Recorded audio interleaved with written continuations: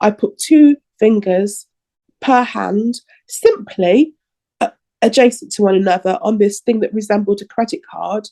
And a 30-second recording was taken and Wi-Fi straight to the team at Exeter, all linked into the MyCare, and I was given contacts, updates, messages, so appropriately and so immediately.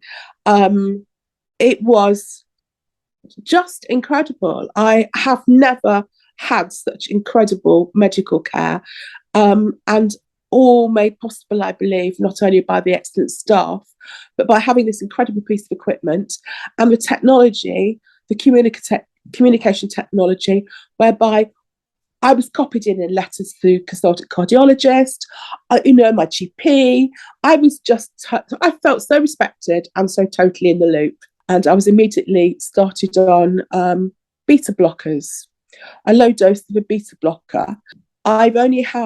This was 3 weeks ago, and I've only had one palpitation episode since I commenced on the beta blockers, and it was a much lesser episode.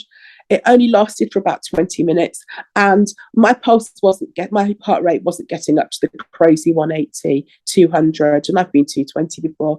It got to about 140, and it just felt calmer, and I didn't feel the panic. I'd previously been investigated in my earlier years, just a couple of times when I went to the doctor, because obviously it isn't normal when you're 20, 30, 40 to have occasional palpitations. And what happened on those occasions is that I would be given a 24-hour lumpy, heavy, ugly cassette thing to wear with some leads stuck all over my chest, of course, and it would be strapped to my body, and I'd have that on for 24 hours.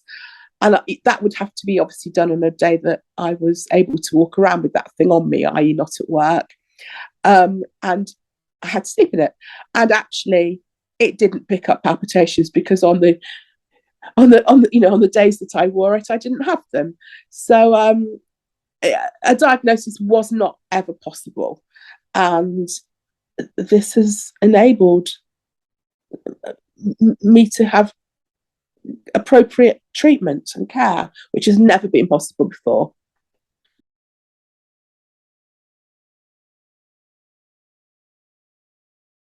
The introduction to technology that I had was an appointment at the hospital. It wasn't very long, 20 minutes, where a nurse went through how the device works. She helped me download the app onto my phone. We did it together, a trial run, just so I knew how it worked. And then I was sent home with it then. So having the device at home rather than having to come to and fro the hospital was great for me, especially because at the time I was quite heavily pregnant, and driving back and forth wasn't the most ideal thing. So it made quite a huge difference for me. I've got another young child as well, so it meant that I could be home more with her and not have to worry about childcare and those other things that you have to factor in when you have to spend lengthy times in the hospital. I didn't have to go into the hospital at all for the whole week that I had it. The only time I then had to go back in was when I took it back. It was really easy to use, and gave me a bit of peace of mind a little bit as well, because I'd be getting these heart palpitations and I'd do the monitor and it would either say everything's okay or you need to contact the doctor, in which case the doctor would get back to me really quickly. So it did ease my anxieties a bit around the worry there. Using the team at home and having the cardio monitor at home changed my understanding, I guess.